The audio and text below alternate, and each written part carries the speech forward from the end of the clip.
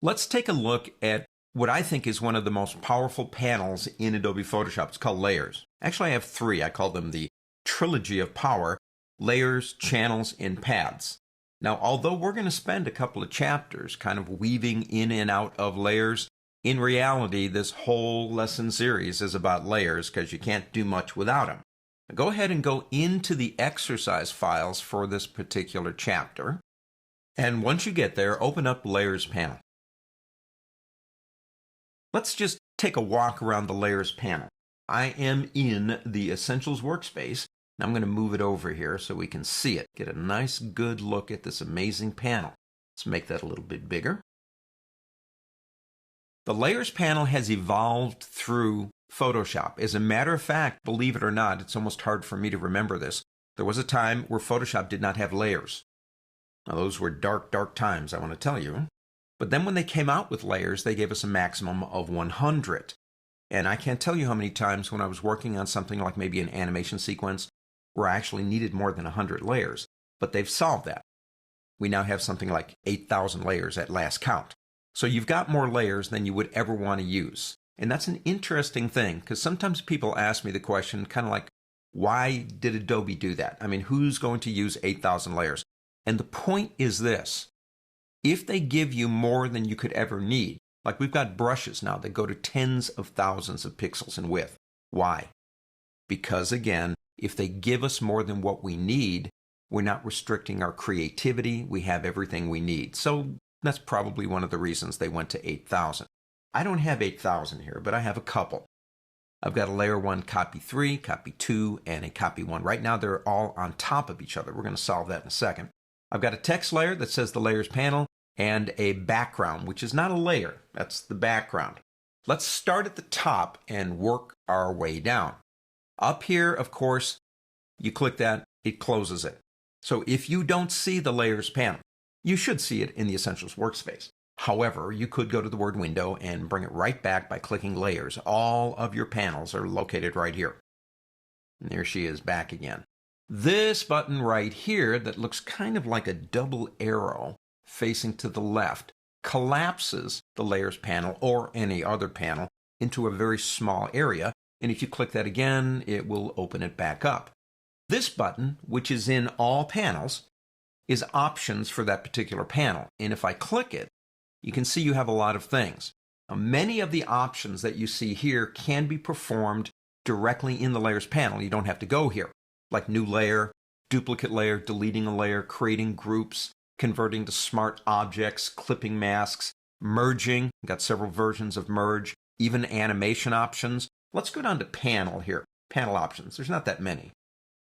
In panel options, you can choose a different thumbnail size. To me, what I have is fine. But if you want it larger, that's up to you. Or if you don't want one, you can turn it off. This option here is interesting.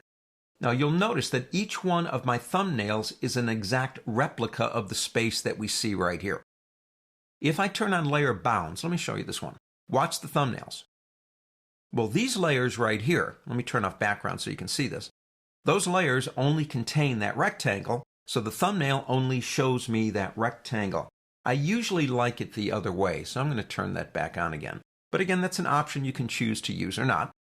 And down here we have things like default masks and expanding on effects and copy to copied layers. So the reason you see copy 2 and copy 3 here is because that's on. Some of this other stuff we'll talk about later. Let's just go ahead and click OK for now. Okay, so we're all settled in. Let me show you a brand new feature in the Layers panel, and that's a search option right up here. For example, I don't have 4 or 5 or 6 layers. I've got 500 layers. I'm working and working and working, and I've got all this stuff going on, and I say to myself, I need to find the layer named whatever that name is. We'll use background as an example. So we go to kind, and you can see name, effect, mode, attribute, or color. If we go into name, I can actually start typing in the word background, and all layers that begin with the letter B will then show up. And when that first came out in the 6 beta, I kind of wondered really how important searching layers would be, but I found it very valuable. Now we can turn it off right here, and that turns off all of it if you want to turn it back off.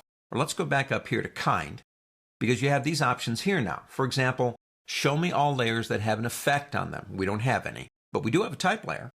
Oh, Andy, I've got about 15 type layers, and I want to get to them really quick, and I can click that button, and all my type layers will be displayed. You've got all these different options. You can turn it on and off anytime you want to. Let's go ahead and select a layer here. That's layer 3. Let's pick up our Move tool and start playing around over here too. If I decide to move it, the only thing that moves, obviously, is the selected layer. Let's go to layer 1, and let's go ahead and pull that out too. Layers are fundamentally different than they are in the real world. Now, like me, you may have started out in things like oils and watercolors, and I did when I was really young, 9, 10 years old. When I work on an oil painting, I layer my oils. But once those dry, the party's over. They're locked together like one huge group. Layers in Photoshop are like thin pieces of acetate, and each piece can be painted on, but even after, in a sense, the paint dries, we still have total control over what's going on. Now, let's look at some of these options down here. You've got this one that I absolutely love. It's called blending modes. We're going to spend a lot of time on blending modes, but it allows me to take one layer and the aspects of that layer, like its color, and blend it into another layer. That's a very powerful feature. I used to teach an entire semester course at university just on that one button. Opacity probably speaks for itself in terms of if I click this button, this is one way of about 4 you can do this, and I drag it this way, I can change the opacity of the active layer. No great news there, I'm sure. I can come up here and type a number in. I want 90, I want 80. I can use my up and down arrow keys to go 1 percentage point out of 100 at a time, or I can hold the Shift key down with the up and down arrow keys and go 10 at a time. There's a lot of different ways we can access this information and change it. And incidentally, anytime, any place in Photoshop that you see something like this with a number that you can change, you can probably use any of those things I just told you about. Now down here we have a locking mechanism. The locking mechanism for layer 1 right now, if I click this one, that means lock transparent pixels. Let me demonstrate that to you. I'm going to leave it off for now. I'm going to come over here and pick up my paintbrush tool, and I'm going to come over here and begin painting. Now the reason it looks like it looks is because I am painting in one layer that's below those other two. But I don't want to do that, really. That's kind of dumb. I'm going to press Command-Z, undo, which I love. I wish life had an undo button. Now I'm going to turn that on. Now watch what happens. No paint anywhere until I come into contact with something in that layer that has already been painted. Lock transparent pixels. Let me go ahead and undo that. Let's get back up here, turn that off. This one is locked from painting altogether. Don't mess with my layer. I got it just the way I want it. Don't change it. This one prevents you from moving it. So you could say don't move, don't paint. Or don't move and lock transparent pixels. You've got your choice here. And this one is, I don't want you to touch anything. Lock everything down. No moving, no painting, no blending modes, no nothing. It's up to you. This last fill, which has been there for a while, is kind of interesting because it does something different than opacity, but not yet. Because if I go to opacity again, just to demo this, and come back again, and then we come to this one and do the same thing, doesn't really look any different, does it? Just does the same thing. It will do something different if you apply a layer effect to that, and we'll get into that later. Down here we have all our layers, but below them are our last set of buttons. This button is a chaining button. That's been moved. Used to be part of the layer panel right up here. But let's say I want to move all 3 of these layers at the same time. So I click on this one, and I shift click on this one to select them in a contiguous set. If you hold the Command key down, you could select non-contiguous. But of course they're going to move, if I choose the right tool, that is.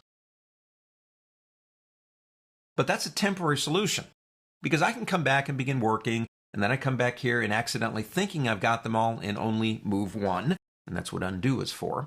Let's select them all again, and let's go into this button right here, which is a chain.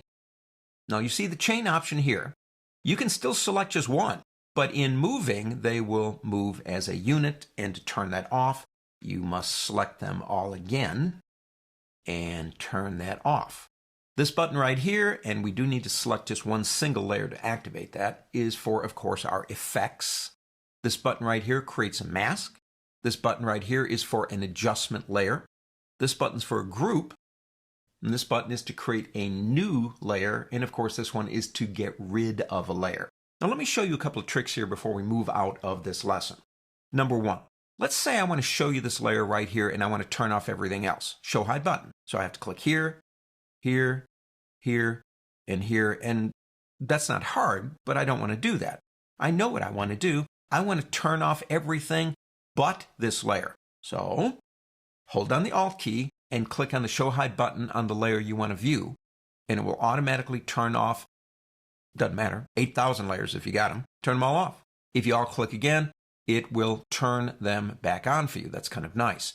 A couple of tricks just to kind of help you out, and there's more coming. But these shortcuts can really help you get more efficient in a complex program. So that's the Layers panel. We took a spin around it, kind of looked at some of the preferences and options. On to the next.